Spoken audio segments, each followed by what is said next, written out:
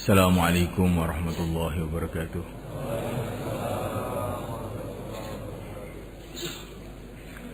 Innal hamdalillah nasta'inuhu wa nastaghfiruhu wa nu'minu bihi wa natawakkalu 'alayhi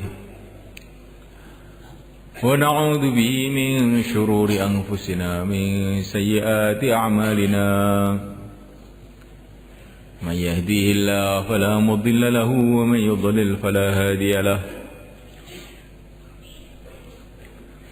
أشهد أن لا إله إلا الله وحده لا شريك له وأشهد أن سيدنا ومولانا وحبيبنا محمدا عبده ورسوله. اللهم صل وسلم وبارك عليه وعلى آله وأصحابه والتابعين لهم إلى يوم القيامة. أما بعد، فقد قال تعالى في كتابه الكريم: إن الذين قالوا ربنا الله ثم استقاموا تتنزل عليهم الملائكة ألا تخافوا ولا تحزنوا وأبشروا بالجنة التي كنتم توعدون. نحن أولياؤكم في الحياة الدنيا وفي الآخرة ولكم فيها ما تشتهي أنفسكم ولكم فيها ما تدعون نزلا من غفور رحيم. ومن أحسن قولا ممن دعا إلى الله وعمل صالحا وقال إنني من المسلمين.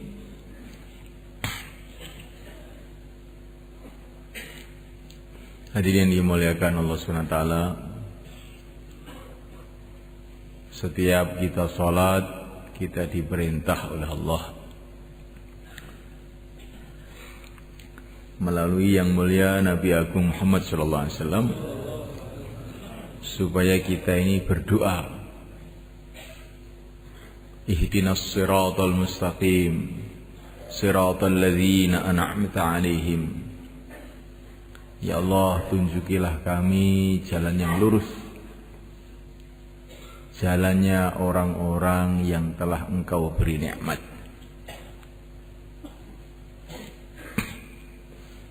Semua kita, bangsa mana saja, keadaannya bagaimana saja, laki-laki, perempuan, tua, muda, kaya, miskin, semua waktu sholat berdoa kepada Allah agar Allah memimpin kita, menuntun kita, sehingga kehidupan kita ini mengikuti jalan kehidupan orang-orang yang dikasih nikmat oleh Allah. Siapakah mereka? Telah disebutkan dalam ayat yang lain. Maksudnya adalah minan nabiyyin was-siddiqin wasyuhada was-salihin. Orang-orang yang dikasih nikmat oleh Allah, yang kita diperintah oleh Allah untuk berdoa, bercita-cita supaya hidup mengikuti jalan mereka, itu adalah para nabi pertama ini. Kita semua ini harus bercita-cita bagaimana hidup kita mengikuti kehidupan para nabi.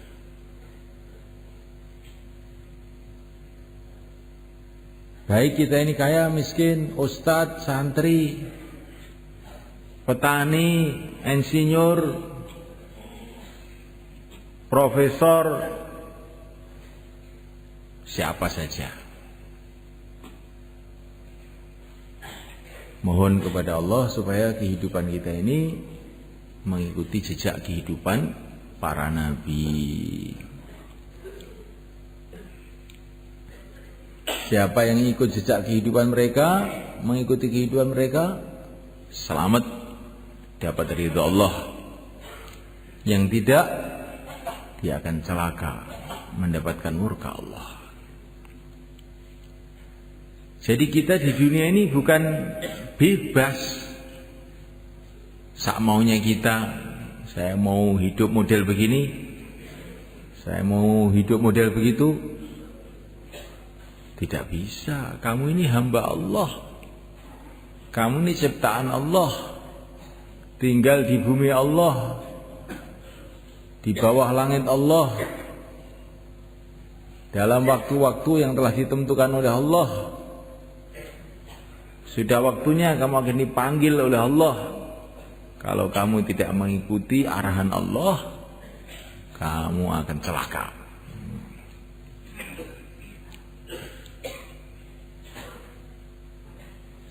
Anak-anak kecil di TK itu ditanya oleh gurunya, apa cita-cita kamu?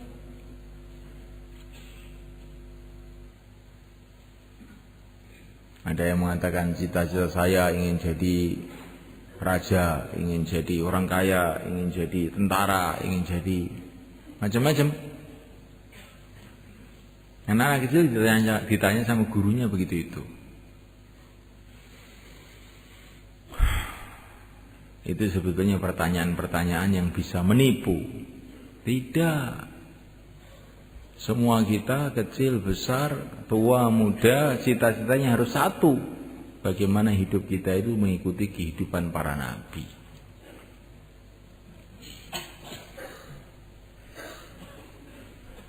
Minan nabiyyin, mengikuti kehidupan para nabi. Wasiddiqin, kehidupan para siddiqin. Kehidupan orang-orang yang mantap imannya. Contohnya adalah Sayyidina Abu Bakar Siddiq radhiyallahu ta'ala anhu. Wa syuhada, ini yang ketiga, mengikuti kehidupannya orang-orang syuhada. Wassalihin, dan mengikuti kehidupan orang-orang soleh. Empat ini contoh kehidupan yang diridhoi oleh Allah. Yang harus kita cita-citakan. Bagaimana kehidupan kita mengikuti kehidupan empat golongan ini. Bukan mengikuti timur, bukan mengikuti barat, mengikuti empat golongan itu.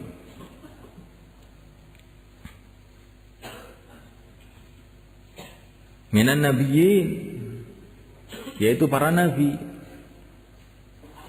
Para nabi itu keadaannya macam-macam secara zahir. Ada nabi itu petani, seperti kakek kita Nabiullah Adam alaihissalam. Ini petani pertama di dunia.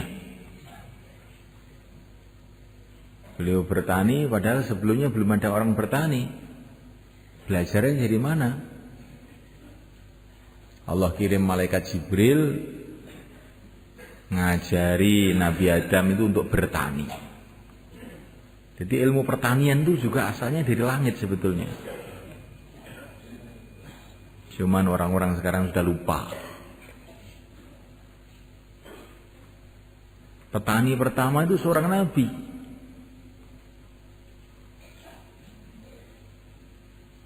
Ada nabi namanya Nabi Idris. Kerjanya itu bikin pakaian. Orang-orang sebelum zaman Nabi Idris itu pakaiannya itu dari kulit-kulit binatang. Nabi Idris dikasih wahyu oleh Allah membuat baju, bikin tenunan, bikin jahitan. Jadi ilmu menjahit itu juga asalnya dari wahyu, asal mulanya itu.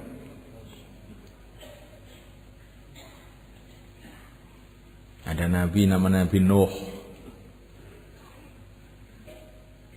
Beliau ini adalah nabi yang diperintahkan oleh Allah membuat kapal.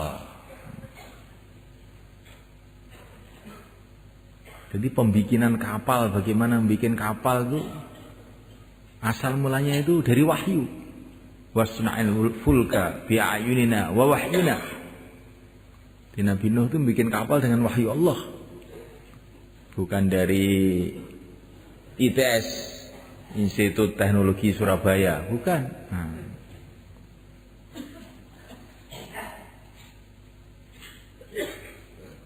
Kenapa saya ceritakan begini ini? Biar kita ini kalau kerja-kerja dunia itu jangan merasa terus jauh dari agama gitu.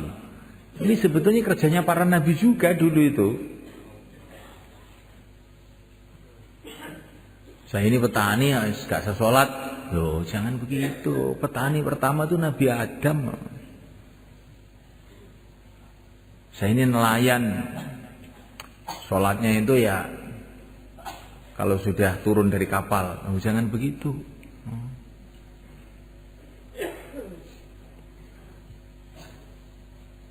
Ada Nabi itu pegawai negeri. Nabi Yusuf alaihissalam. Beliau ini adalah Menteri Ekonomi dan Irigasi di Mesir. Dan irigasi saluran-saluran air yang dibikin Nabi Yusuf itu sampai sekarang masih ada, sudah ribuan tahun itu. Masih ada. Jadi jangan gara-gara nurut banyu lali karo agama.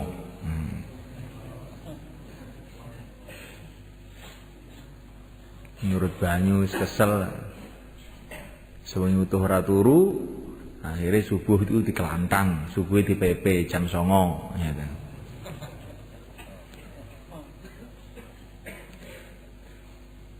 Jadi jangan mulaikan Allah Subhanahu wa taala.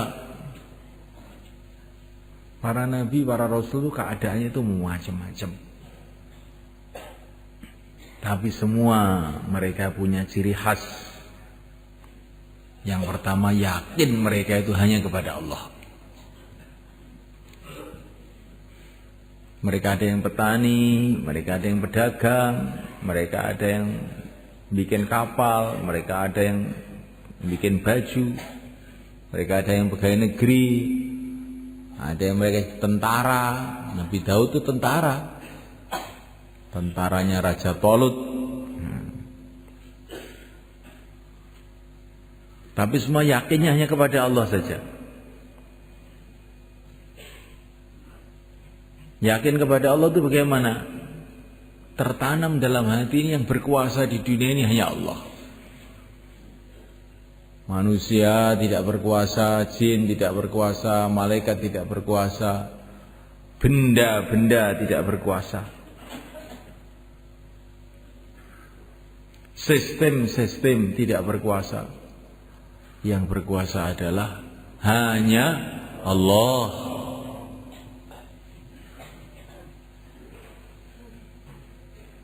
Bukan manusia yang berkuasa adalah yang menciptakan manusia. Bukan raja-raja yang berkuasa yang menciptakan raja-raja. Bukan sistem-sistem yang ada di dunia ini, sistem yang ada dalam matahari, bulan, tumbuh-tumbuhan, bukan itu yang berkuasa. Yang berkuasa adalah Allah yang menciptakan sistem-sistem itu.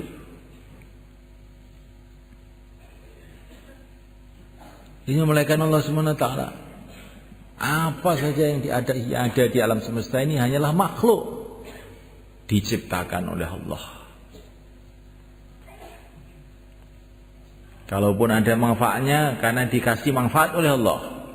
Kalau ada mudaratnya karena dikasih mudarat oleh Allah. Kalau dia berjalan karena dijalankan oleh Allah. Semua, mulai yang besar-besar, matahari, bulan, Allah yang menjalankan. Sampai yang kecil-kecil, atom-atom, elektron-elektron, Allah yang menjalankan.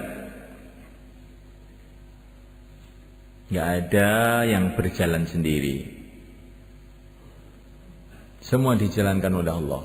Dialah yang menciptakan, dialah yang menjalankan. Dan kalau Allah SWT menjalankan apapun, tidak perlu dengan siapapun dan tidak perlu dengan apapun. Allah menjalankan matahari, tidak perlu bantuan siapa-siapa. Tidak perlu apa-apa, tidak perlu ada lapangan terbangnya, tidak perlu ada mesinnya, tidak perlu ada pilotnya, nggak ada. Kalau menghendaki matahari jalan, ya jalan. Sejuta tahun ya jalan terus. Kalau Allah menghendaki mau membuat manis, tidak perlu gula. Dari tanah yang pahit keluar mangga yang manis. Gak usah kasih gula.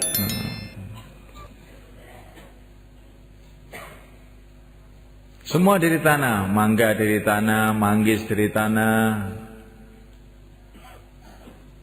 kelapa dari tanah, rasanya macam-macam, bahannya satu, tanah. Jadi kalau Allah itu menghendaki bahan satu bisa macam-macam. Dari tanah keluar pohon-pohon, dari tanah keluar buah-buahan. Dari tanah keluar manusia ini juga. Manusia yang dari tanah. Manusia dari bayi, bayi dari tetesan air mani dari makanan, makanan dari tanah. Kucing juga dari tanah. Tikus juga dari tanah. Manusia juga dari tanah. Bahannya sama, jadi berbeda-beda menurut kehendak Allah. Terserah Allah. Dari tanah keluar pohon-pohonan yang untuk jamu. Dari tanah keluar pohon-pohonan yang beracun. Dari tanah keluar pohon-pohonan yang untuk makanan pokok. Dari tanah keluar pohon-pohonan yang untuk bumbu. Dari tanah keluar macam-macam yang kita lihat, berjuta-juta macam. Nggak ada yang bisa ngitung selain Allah. Ya Allah itu kalau mau bikin baik itu mudah saja bagi Allah. Kalau mau bikin buruk juga mudah saja bagi Allah. Allahumma la sahla illa ma ja'altahu sahla wa innaka ja'alta haznan sahla idza syi'ta. Ini termasuk doa yang diajarkan kepada kita. Ya Allah, tidak ada yang mudah kecuali yang Engkau bikin mudah. Bila Engkau kehendaki, yang sulit pun jadi mudah. Ya Allah, mudahkanlah urusan-urusanku. Kalau Allah mudahkan, yang sulit jadi mudah. Tapi kalau Allah sulitkan, yang sulit pun jadi tambah sulit. Yang mudah jadi sulit. Maka manusia itu bergantung kepada Allah. Itulah yang ada dalam hati para nabi. Bergantung hanya kepada Allah saja. Jangan bergantung kepada benda-benda. Benda-benda itu terserah Allah. Bisa bahaya, bisa manfaat. Harta bisa manfaat. Dengan harta kita bisa bahagia, bisa ini, bisa begitu, bisa tentram. Tapi bila Allah menghendaki, bisa saja dengan harta kita jadi susah. Hartanya banyak tapi susah terus. Dengan mobil bisa jadi baik. Bisa sampai ke Surabaya, ke Madiun, bisa pula jadi sebaliknya. Dengan mobil masuk jurang, masuk kalen. Nah. Jangan yakin dengan mobil. Pokoknya saya punya mobil beres. Oh, belum tentu. Banyak orang yang punya mobil celaka sebab mobilnya.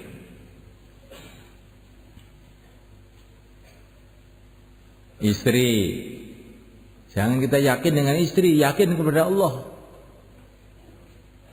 Ada orang kawin kemudian dia gembira, ada pula sebaliknya jadi susah sebab perkawinannya. Anak juga begitu. Bisa saja anak itu menjadi menggembirakan kita, bisa anak menyusahkan kita. Maka kita diajari dalam Quran, jangan hanya minta anak, jangan hanya minta istri. Rabbana hablana min azwajina wa dzurriyyatina qurrata a'yun waj'alna lil muttaqina imama. Ya Allah, jadikanlah istri anakku menggembirakan aku. Karena Engkau berkuasa ya Allah, menjadikan istri menggembirakan, menjadikan istri menyusahkan. Anak juga begitu, teman juga begitu, kerajaan juga begitu. Enggak ada yang pasti baik itu di dunia itu enggak ada. Benda loh ini. Benda yang pasti baik itu enggak ada. Ada orang minum obat jadi sehat, ada orang minum obat tambah parah. Ada orang jadi raja tambah susah. Ada orang jadi raja gembira juga ada. Yang pasti baik itu di dunia nggak ada benda. Hanya satu yang pasti baik itu, yaitu taat kepada Allah. Itu pasti baik. Kalau orang taat kepada Allah, akhirnya dicintai oleh Allah, dibantu oleh Allah, dibela oleh Allah, maka dia mesti baik. Yang pasti buruk itu juga tidak ada benda-benda itu, kecuali satu, maksiat kepada Allah. Maksiat kepada Allah itu akan mendatangkan murka Allah, akhirnya kita benjol, nabrak sana nabrak sini, celaka gitu. Itulah keyakinan yang dibawa para nabi itu. Pokoknya kok maksiat itu mesti bahaya kalau nggak tobat ini. Kalau taat mesti untung kalau ikhlas.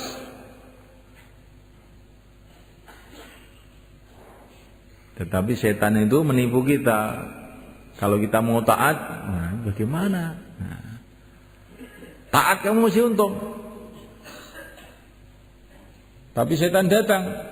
Kalau mau maksiat itu enak, nanti kamu akan bahagia dengan maksiat itu.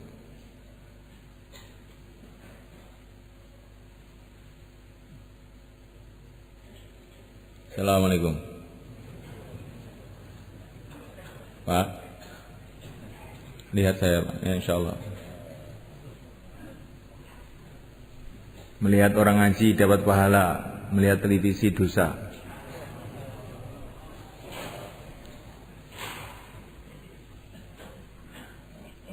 Melihat orang iman dengan penuh kasih sayang dapat pahala. Laki-laki sama laki-laki loh. Laki-laki melihat perempuan bukan mahram dosa.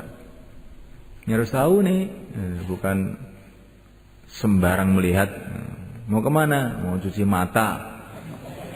Cukil mata kamu itu. Kok cuci mata itu malah ngeregeti moto we. Nah, mulaikan Allah Subhanahu wa taala, yang maksiat itu mesti bahaya. Tapi dunia ini karena tempat ujian, bahayanya maksiat itu tidak Allah Subhanahu wa taala tampakkan kontan. Kadang-kadang juga kontan. Kadang-kadang setelah setahun, setelah 2 tahun, setelah 3 tahun baru Allah tampakkan bahayanya. Begitu juga orang taat di dunia ini kadang-kadang oleh Allah nggak ditampakkan hasilnya kontan. Tapi setelah sekian lama nanti Allah tampakkan hasilnya. Maka semulaikan Allah SWT, jangan bergantung dengan benda-benda. Benda-benda itu bukan mesti baik. Kenapa kita ini rakus ingin mendapatkan uang? Karena perasaan kita dengan uang itu mesti baik. Belum tentu. Ada orang bawa uang ke Madiun, 1 koper. Sampai di Madiun bisa beli ini, selamat pulang. Ada juga ke Madiun bawa uang, sampai di sana dicopet orang, akhirnya dia menyesal susah. Ada juga yang datang ke Madiun bawa tas isinya uang, dilihat perampok, iya buki setengah mati, dia ambil uangnya. Ini gara-gara uang juga. Gara-gara uang digebukin orang, gara-gara uang bisa enak. Jadi jangan yakin sama uang.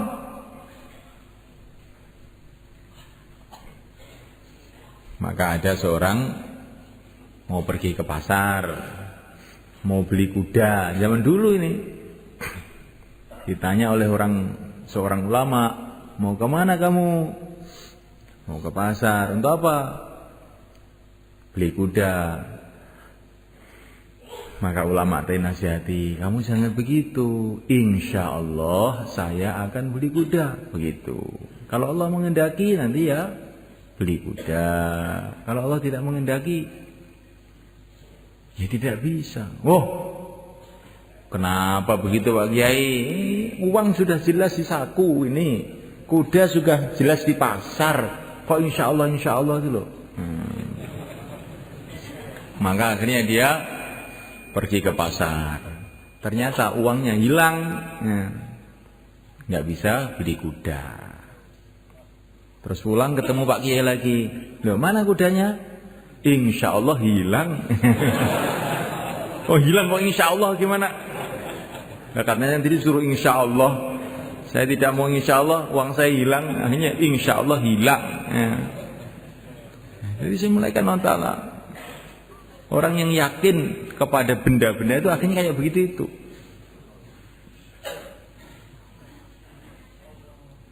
Pelajar, ini tahun ajaran baru, pikirannya kalau saya dapat ijazah, sudah pasti hidup saya itu sukses. Oh belum tentu.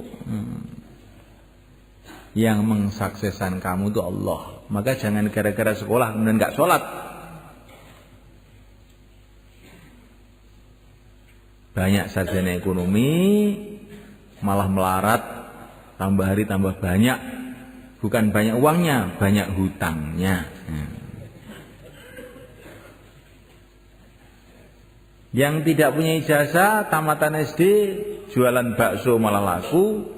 Yang sarjana ekonomi jualan bakso malah tidak laku.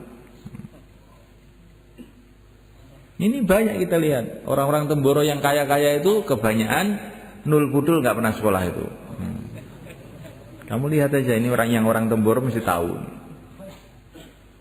Sing sekolah-sekolah itu malah ngentek nih duit bapake. Ini gak iso golek duit. Jangan yakin dengan ijazah, jangan yakin dengan apa saja usaha. Yakinlah kepada Allah. Orang Jepang katanya pinter bikin reaktor nuklir beberapa tahun yang lalu. Tahu-tahu reaktor nuklirnya meledos kena tsunami. Bingung semua.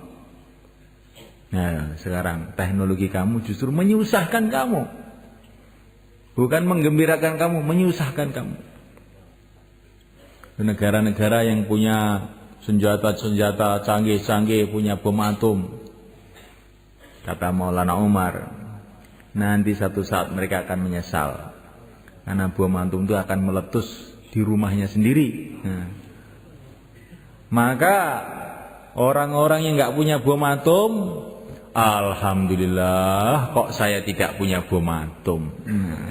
Punyanya kacang atom aja. Betul malah kan. Jadi benda itu nggak ada yang jaminan mesti menimbulkan kebaikan, nggak ada benda itu. Tapi manusia tidak berpikir. Manusia tidak berpikir bahwa teknologi mesti mendatangkan kebaikan, harta mesti mendatangkan kesuksesan. Ini pikiran yang keliru. Para nabi, para rasul mengajarkan kepada kita, yang pasti baik itu taat kepada Allah. Yang pasti buruk itu maksiat kepada Allah. Yang lain-lain itu terserah Allah. Bisa baik, bisa buruk. Maka yang penting hidup manusia itu taat sama Allah. Itu aja yang dipikirkan. Bagaimana saya taat kepada Allah? Kalau taat kepada Allah, apapun keadaannya, akhirnya jadi baik. Bagaimana tidak? Masuk surga. Tapi kalau maksiat kepada Allah, bagaimanapun keadaannya, buruk. Bagaimana tidak? Mengesal akhirnya ke neraka. Kalau orang sudah bertentangan dengan Allah, maksiat kepada Allah, mau lari kemana? Lari ke timur, timur milik Allah. Lari ke barat, barat milik Allah. Mau naik ke atas langit, langit pun milik Allah. Mau turun di bawah bumi juga bumi milik Allah. Mau lari kemana? Orang kalau sudah maksiat kepada Allah, tidak tobat kepada Allah, pasti celaka. Nggak akan bisa tidak. Kalaupun kelihatannya sekarang itu masih meger-meger, segar bugar, itu karena belum waktunya saja. Orang naik mobil Mercedes, jalan tol, enak, nggak tahu di depannya itu jurang. Orang-orang takjub, kok enak temen. Nggak ngerti, baru beberapa menit, jungkel di situ, hancurlah dia sebenarnya. Itulah ibaratnya orang maksiat. Walaupun enak pun enak menuju neraka. Enak apa? Bukan enak. Tapi kalau orang taat, Walaupun naik dokar, naik cikar, jalan kaki, kakinya kena duri, berlumpur jalannya, tapi ini menuju taman-taman yang indah, gak apa-apa. Minan nabiyyin, inilah yang harus kita ambil dari pelajaran para nabi itu, yakin kepada Allah. Kemudian ciri khasnya kehidupan para nabi itu setelah yakin kepada Allah senantiasa berhubungan kepada Allah dengan ibadah, sholat, zikir, doa. Kalau orang yakin kepada Allah kemudian tidak mau membuat hubungan kepada Allah dengan ibadah, ya orang betul-betul orang rugi sebenarnya. Kalau kamu sudah tahu Allah yang menguasai alam semesta ini, Allah Maha melihat, Allah Maha mendengar, Allah sangat dekat kepada kita, kok kamu tidak mau berhubungan kepada Allah? Alangkah bodohnya. Senantiasa buat hubungan kepada Allah dengan doa, dengan zikir, dengan sholat, dengan haji, dengan umroh, dan ibadah-ibadah yang lain. Inilah kehidupan para nabi. Inilah yang kita cita-citakan. InsyaAllah mulai kan? Kemudian yang ketiga, semulaikan Allah Ta'ala, di antara ciri khas kehidupan para nabi itu adalah ilmu. Para nabi itu semua orang ahli ilmu. Tapi ilmu apa? Ilmu yang terpenting, teragung, ilmu mengenai keagungan Allah dan ilmu cara berhubungan dengan Allah. Itulah ilmunya para nabi. Ilmu-ilmu dunia, ilmu bikin sambal, bikin pesawat, bikin mobil, itu serupa saja, itu hanya untuk dunia. Meracik sambal, meracik jamu, membuat mobil itu sama saja. Bikin pesawat terbang, bikin Apollo sama saja. Itu cuma noto karet, noto besi, noto aluminium, ditoto terus jadi pesawat, jadi apa-apa, sama saja. Kata para ulama, ilmu dunia itu ilmu sambal. Ini kalau sambal itu apa? Cabai, kasih garam, kasih berambang, kasih apa sih, gula sedikit, terasi sedikit, jadi sambal. Kalau pesawat, karet sedikit, tambah besi sedikit, terus kasih angin sedikit, kasih apa sedikit, tata jadi pesawat. Sama aja, cuma nata benda-benda.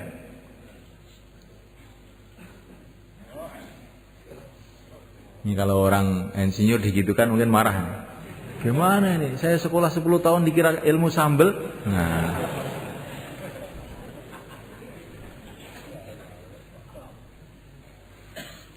Mulaikan Allah Subhanahu wa taala. Memang begitu itu kalau kita renungi, cuman ilmu menata benda-benda. Nah, kalau ilmu yang ilmunya para nabi itu bukan ilmu menata benda-benda. Ilmu bagaimana kita hubungan dengan Allah yang menciptakan seluruh benda. Nah, ini beda ini. Nah, kita ini harus semuanya belajar ilmunya para nabi ini. Insyaallah mereka. Taklim dihidupkan di rumah kita, di masjid kita, di kantor kita, di pasar kita. Hidupkan taklim. Supaya kita tahu nilai hubungan kepada Allah. Sekarang kita tahu nilainya mobil, nilainya tempe, nilainya ini, nilainya itu, nilainya kayu. Tapi nilainya sholat, nilainya puasa, nggak tahu. Akhirnya nggak mau puasa, hanya sholat males, nggak tahu nilainya. Seperti anak kecil, nggak tahu nilainya intan, dikira intan itu sama aja dengan kaca. Begitu juga umat manusia sekarang itu tidak tahu nilai amal, sehingga amal itu dikira apa hasilnya, nggak ada apa-apanya. Di anak kecil dikatakan ini kaca harganya 5.000, kalau ini intan harganya 500 juta. Orang gila katanya. Apa? Sama-sama meling-melingnya saja. Sama-sama enggak manis, ya.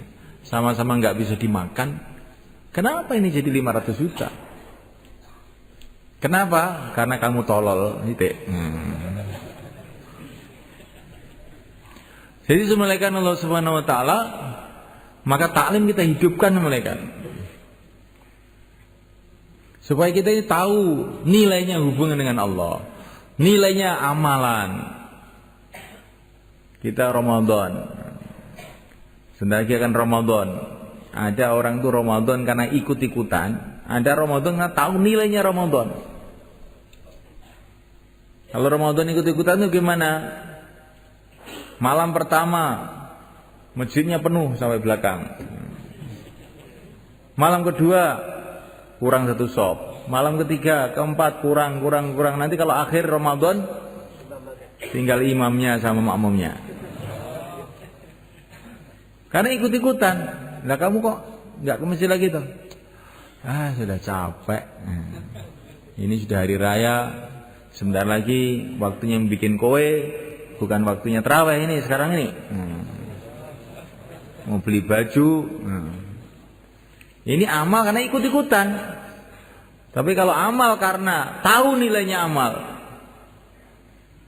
maka awal Ramadan sungguh-sungguh, malam kedua tambah sungguh-sungguh, akhir Ramadan ini barokahnya tambah banyak, tambah sungguh-sungguh. Masih muda sungguh-sungguh, tambah tua sudah mengi, amalannya tambah sungguh-sungguh. Mumpung masih bisa amal ini. Bukan suruh amal, aku wis tuwek ngamali bagiane cah nom-nom. Aku tak nang omah karo nglinting bako iki wae. Lho, iki amal krana elu-elu dadi ngono kuwi. Kalau amal tahu nilainya amal, tambah tua tambah gentileng. Tambah tua tambah sungguh-sungguh. Tambah capek, tambah gembira. Nabi mengatakan tambah capek, pahala tambah banyak.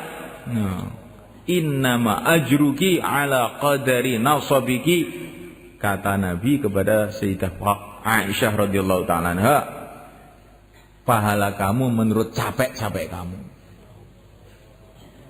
Kenapa kamu ngantuk? Karena capek, Pak. Kamu mendengarkan bayan karena ikut-ikutan. Kalau dengan bayan karena tahu nilainya amal, tambah capek, tambah melek. Kalau capek ngantuk, itu amal ikut-ikutan. Ini pentingnya ilmu sama mereka. Nah, mulaikan Allah Ta'ala, dan diantara ciri khas kehidupan para nabi adalah dakwah. Nabi itu bukan hanya ibadah sendiri, tapi ngajak orang untuk ibadah. Bukan hanya iman, tapi ngajak orang kepada iman. Seluruh para nabi orang-orang ahli dakwah, siang dan malam mengajak manusia dengan penuh kasih sayang dan kesabaran ketabahan. Inni da'utu qaumi laila wa nahara, siang malam tidak peduli. Kita pun harus bercita-cita seperti itu. Insyaallah mulaikan. Di mana hari kita tidak ajak-ajak orang, kita harus istighfar. Ini hari ini saya menyeleweng dari jalannya para nabi. Jadi dakwah ini bukan istilahnya itu acaranya orang Temboro, acaranya orang Pakistan, acaranya orang Jakarta, bukan. Ini dakwah itu amalannya para nabi. Semua kita harus usaha dengan sungguh-sungguh supaya kehidupan kita itu kehidupan dakwah. Insyaallah kan? Dakwah itu bukan ceramah.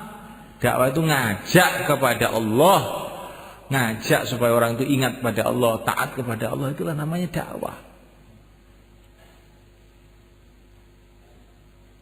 Ketemu teman kita yang lagi sibuk dalam urusan-urusan. Pak, dunia ini tidak lama, sebentar lagi akan kita tinggalkan semua. Kesuksesan kita, kemuliaan kita bukan kalau kita mendapatkan dunia. Dunia semua akan kita tinggalkan. Kesuksesan kita kalau kita ini bisa menggunakan dunia kita ini untuk taat kepada Allah. Bagaimana caranya? Caranya kamu keluar 4 bulan untuk latihan menggunakan dunia untuk taat kepada Allah. Bagaimana, Pak? Insyaallah. Begitu semalaikat.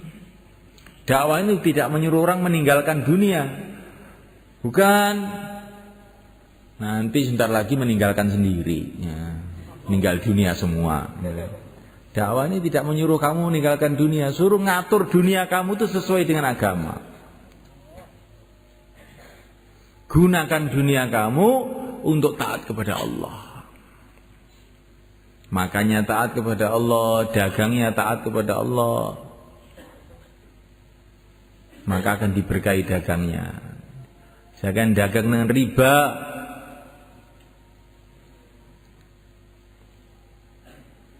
Katanya sekarang kalau riba itu istilahnya apa?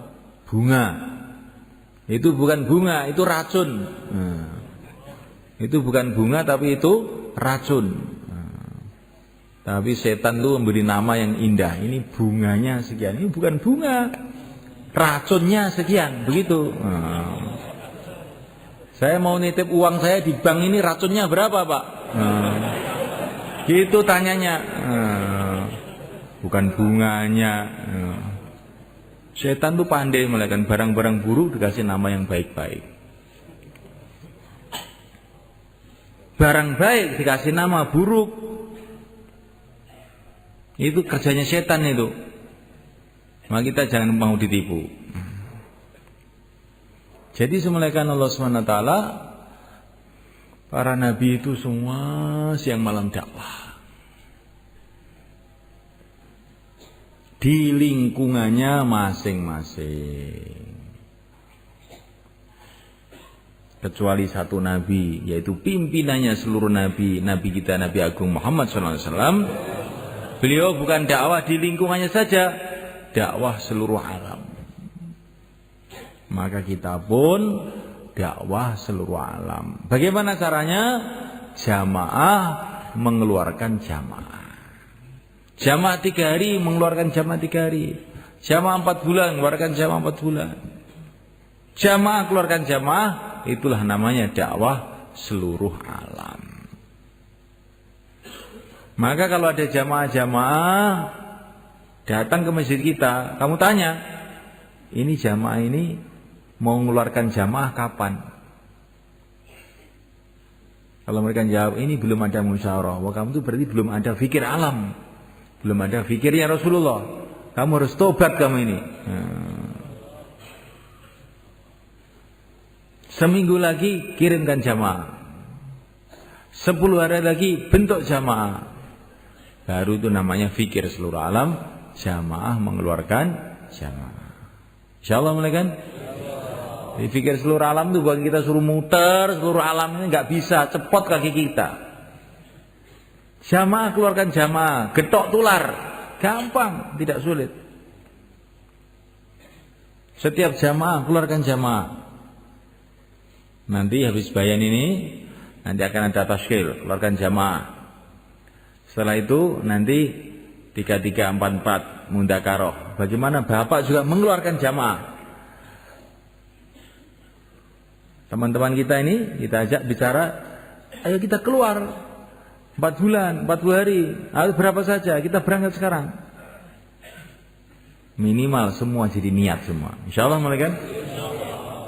Yang kewajiban mengikuti Nabi itu bukan seorang, 2 orang, semua kita. Kita keluar dan mengeluarkan jamaah. Kita dakwah dan usaha bagaimana seluruh umat dakwah.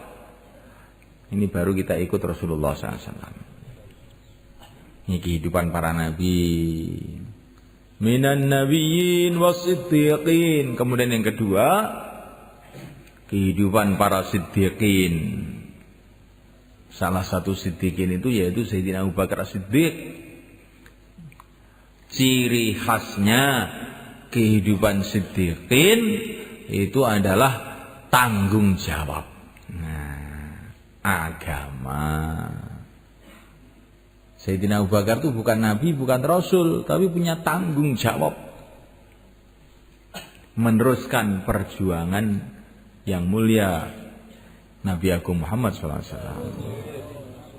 Ketika Rasulullah wafat, dipanggil oleh Allah, maka Abu Bakar bangkit dengan semboyan beliau, slogan beliau, syiar beliau, semangat beliau, ayung qasuddin wa ana hayy. Apakah agama akan dikurangi sedangkan saya masih hidup? Saya tidak terima kalau agama dikurangi sedangkan saya masih hidup. Beliau bukan nabi, bukan rasul, ini siddiq. Kalau kita ingin jadi orang siddiq, orang yang betul-betul mantap imannya, tirulah Sayyidina Abu Bakar ini. Jangan kita mengatakan, saya ini bukan nabi, bukan rasul, bukan sahabat, bukan kiai, bukan ustadz. Untuk apa saya mikir agama? Jangan begitu. Gak boleh begitu itu. Saya bukan nabi, bukan rasul, bukan sahabat, bukan kiai, bukan santri, bukan apa-apa, tapi saya ingin mengikuti siddiqin, punya tanggung jawab agama. Insyaallah mulai kan? Caranya bagaimana? Keluar 4 bulan, 40 hari. Insyaallah mulai kan? Supaya ada tanggung jawab ini. Wasyuhada, orang-orang yang mati syahid. Orang yang mati syahid itu bagaimana? Orang yang mati membela agama Allah. Bukan hanya itu saja. Ya, orang yang dikatakan syahid itu diantaranya adalah orang-orang yang semangatnya itu siap mati untuk agama. Walaupun matinya di kasur di rumahnya. Tapi kalau semangatnya ini pokoknya saya siap mati. Apalagi kok 4 bulan apa. Nah, saya siap mati untuk agama. Mati untuk agama maknanya masuk surga. Kenapa? Takut. Nah, itu namanya itu syuhada. Ya. Dibagi orang syuhada itu mati itu bukan menakutkan, malah mengembirakan. Lalu kok nak mati piye? Lho ya kuwi tak golek. Iya, lha kowe kok mati. Nah.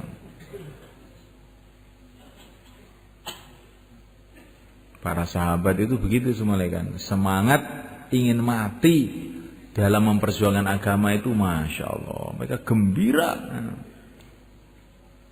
Bahkan mereka itu doa, ya Allah, matikan saya dalam perjuangan, matikan saya dalam perjuangan. Ini syuhada namanya. Wassalihin, orang-orang soleh.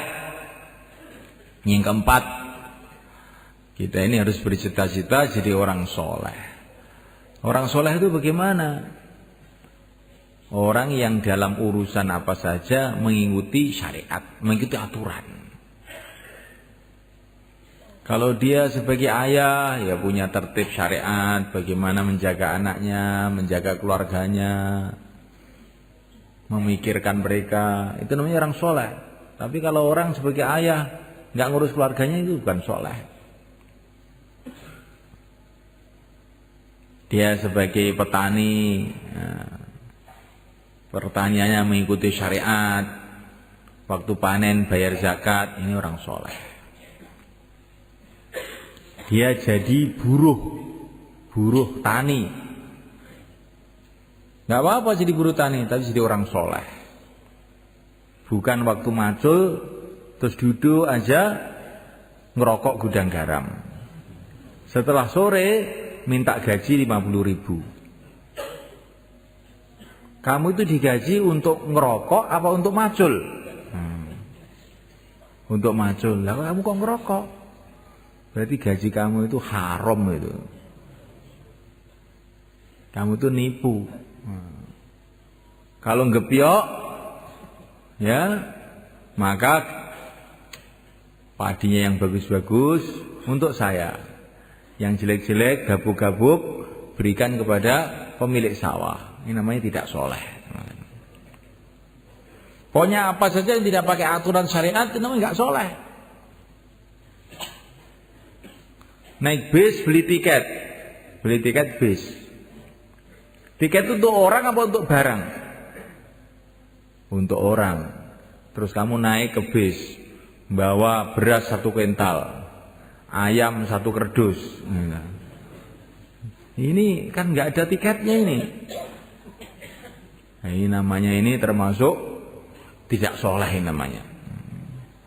Akhirnya nanti turun dari bis itu sudah ada haramnya ini berasnya itu. Nanti kalau kamu kasihkan makan sama istrinya diberuat pikirannya. Terus anaknya jadi ngantuan. Loh itu beras ini beras halal. Kok anak saya jadi ngantuan gara-gara apa? Dinaikkan bis tidak bayar. Yang bayar orangnya, berasnya nggak dibayari. Ini namanya juga tidak soleh namanya begini nih.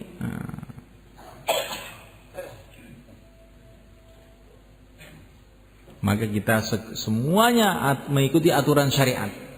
Insyaallah mulai kan? Apa saja tanya kepada para ulama, ini aturan syariatnya bagaimana? Kalau tidak, kita ini perasaannya berbuat kebaikan padahal berbuat keburukan. Pergi haji ke Mekah sudah ditulisi di anunya itu. Tiketnya ditulisi ini hanya boleh bawa barang 20 kilo.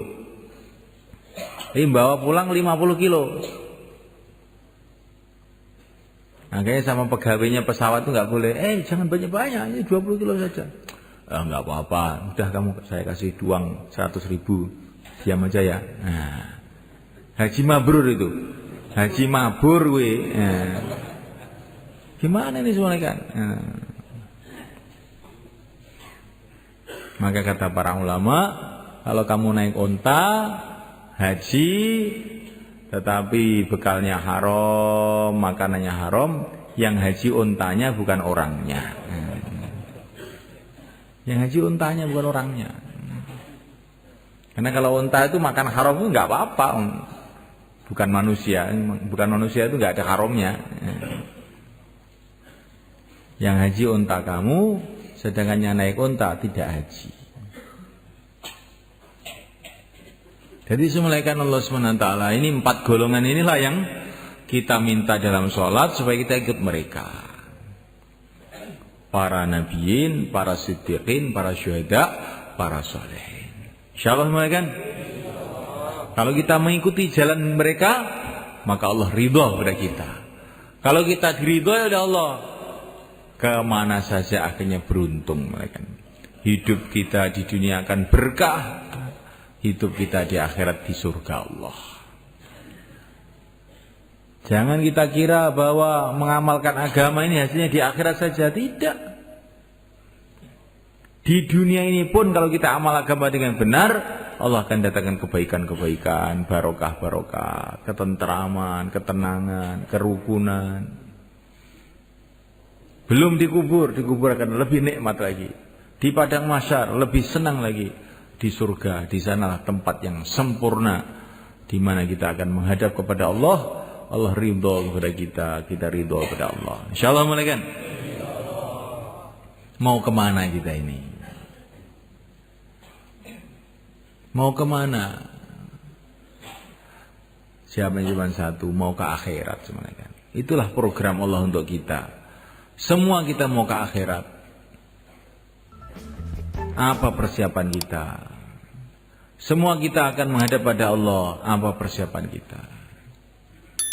Semua kita akan mati. Apa persiapan kita? Urusan kehidupan kita siapkan semua. Ini mau mantu, ini mau nyunat nih, mau bangun rumah, mau ini, mau semua kita siapkan. Ini perkara yang pasti kita kerjakan. Kematian tidak pernah kita siapkan. Urusan akhirat tidak pernah kita siapkan. Kalaupun kita siapkan, ala kadarnya. Kalau urusan dunia, kita sungguh-sungguh. Tapi kalau urusan akhirat, ya aku sokeh ngamalku ke. Kok angel-angel. Iki ora angel-angelan iki, gampang iki. Maka semulaikan kita ini perlu kita renungi diri kita ini kok kayak begini ini gimana ini? Urusan dengan manusia kita pentingkan. Kalau giliran urusan dengan Allah, ya kapan-kapan saja. Urusan akhiratnya kekal abadi,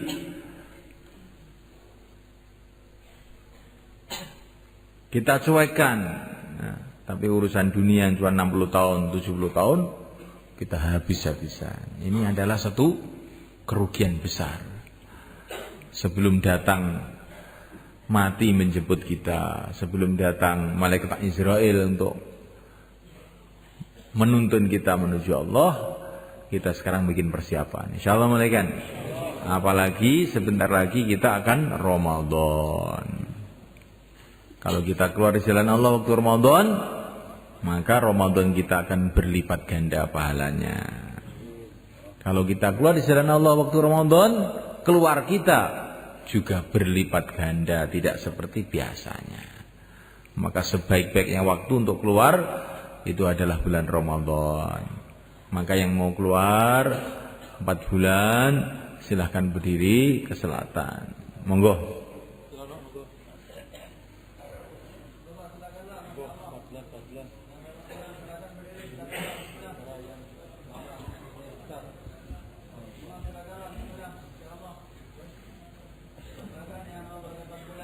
Monggo.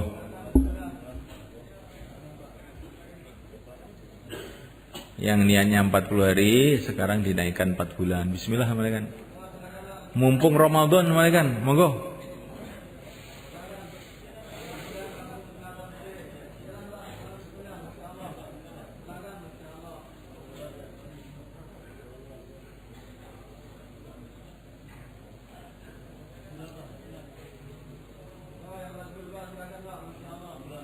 Semua mikir untuk mengeluarkan jamaah. Ustaz yang hadir, yang tadi habis asar baru ditarghib tadi apa tadi? Mana itu makhluk-makhluk itu? Silakan mulaikan.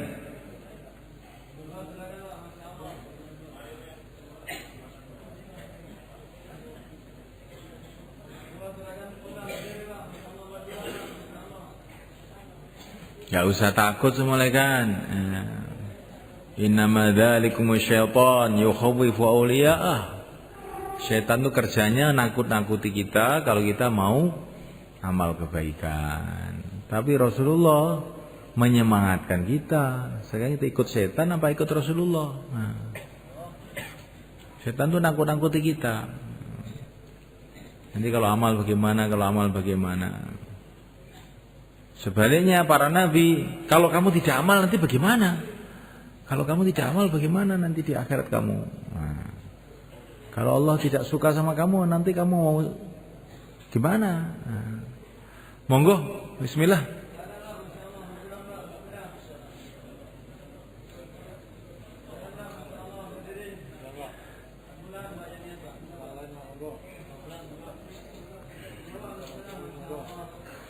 Sekarang 40 hari, bismillah. Kalau 40 hari ini semua, monggo. Sekarang berangkat supaya nanti hari raya sudah di rumah, monggo. 40 hari, jumeneng, monggo.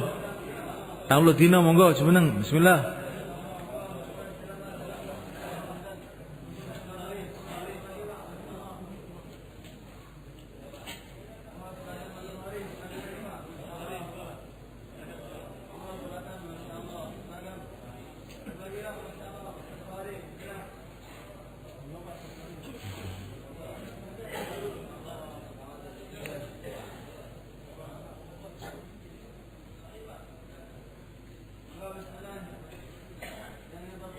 Yang mau tambah masa, sisa masa, cuma monggo.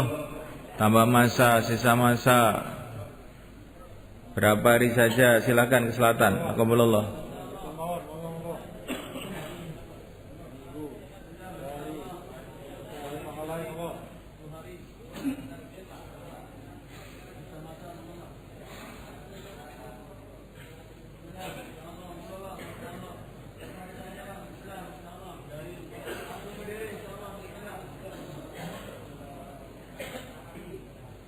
Pikir, ikut mikir ini. Kamu mikir ini pahala besar. Jangan ada orang tahlil lingak-linguk kayak manuk nom, jangan. Ikut mikir, ikut doa, ya Allah turunkan hidayat, mudahkanlah ini majma' untuk mengeluarkan jamaah, begitu.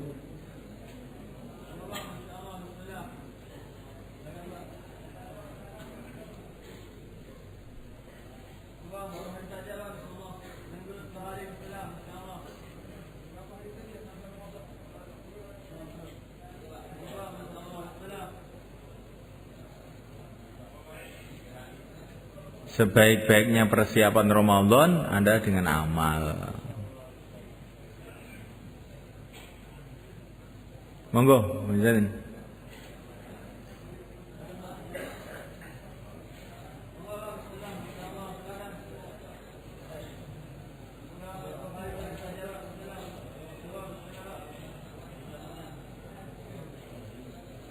Insyaallah niat saya Bang Aja ngadeg dhisik. Nggih, sapa sing ngadeg mboten oleh. Nggih, lungguh mawon riyen. Wayah kon ngadeg ra gelem ngadeg kon lungguh malah ngadeg ya wong iki. Sapa sing biasa ngoten niku mboten sae. Niku ngilmune Bani Israil, nek kon lungguh ngadeg, nek kon ngadeg lungguh. Saniki sampean lungguh. Mengke mantun niki panjang kangge wong mriki nggih, cara Jawa mawon. Mengki sedaya tumut kempal kali halaqah iki ambak-ambak wengi. Zun. Tumut ngenten niki menen sing ngatur mengki. Kados ini biasa nih malam Jumat niki bar bayan enten halaqah mikir nih dos pundi perkembangan dakwah enten daerah iki ambak-ambak. Insyaallah nggih. Tapi dalu niki rada beda. Sageta sedoyo ya niku tumut. Ben kita niki aja mung ngrungokne tok dakwah iki, tapi melok mikir ngoten lho. Melok mikir. Mikir sak-saat kangge agama niki kaya ngibadah swidak taun nggih. Melok mikir. Mangke kempal teng napa niku kawasan iki ambak-ambak. Insyaallah